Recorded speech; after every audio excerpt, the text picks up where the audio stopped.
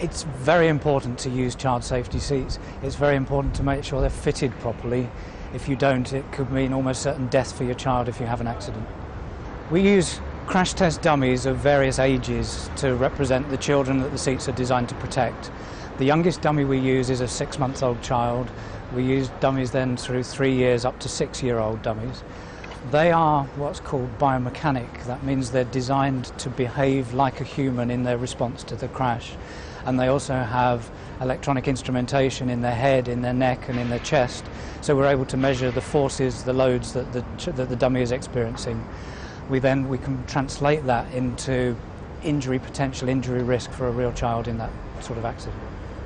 The first test we did is a frontal impact test at 40 miles an hour. The child seat is installed in a VW Golf body shell, one of the most popular cars in Europe. And that is simulating the most common severe type of accident in which children are injured. If the seat is good, then you'll see the child move forwards a little way in the seat and they're brought to a gentle stop almost.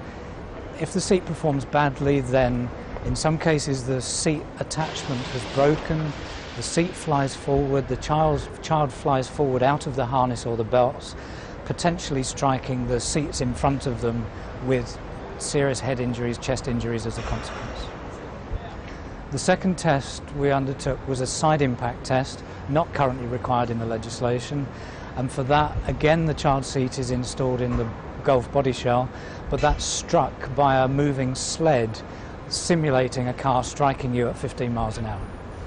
In side impact, if there's inadequate padding around the child's head, then they're going to strike the door frame, the door pillar, and again potentially fatal head injuries can result. In our more severe test, 10 miles an hour more severe than the legislation, many of the seats are giving poor protection to the child, quite high risks of serious injury. In our side impact test, again, many of the seats not giving adequate side impact protection. So we're hoping to see a side impact test introduced into the legislation. Some of the seats that we tested are rear facing. Indeed, for a newborn baby, all of the seats on the market are rear facing. And there is no doubt that a rear facing seat offers better protection for a child. Rather than loading their chest with the belts, the impact forces are distributed evenly down the child's back and the risk of injury is much lower. A newborn child, they can't support their head, so they have to be carried rear facing. Choosing a seat is one of the most difficult decisions a parent has to make. Most child seats on the market are sold as universal, but it's far from the case that every seat fits properly in every car.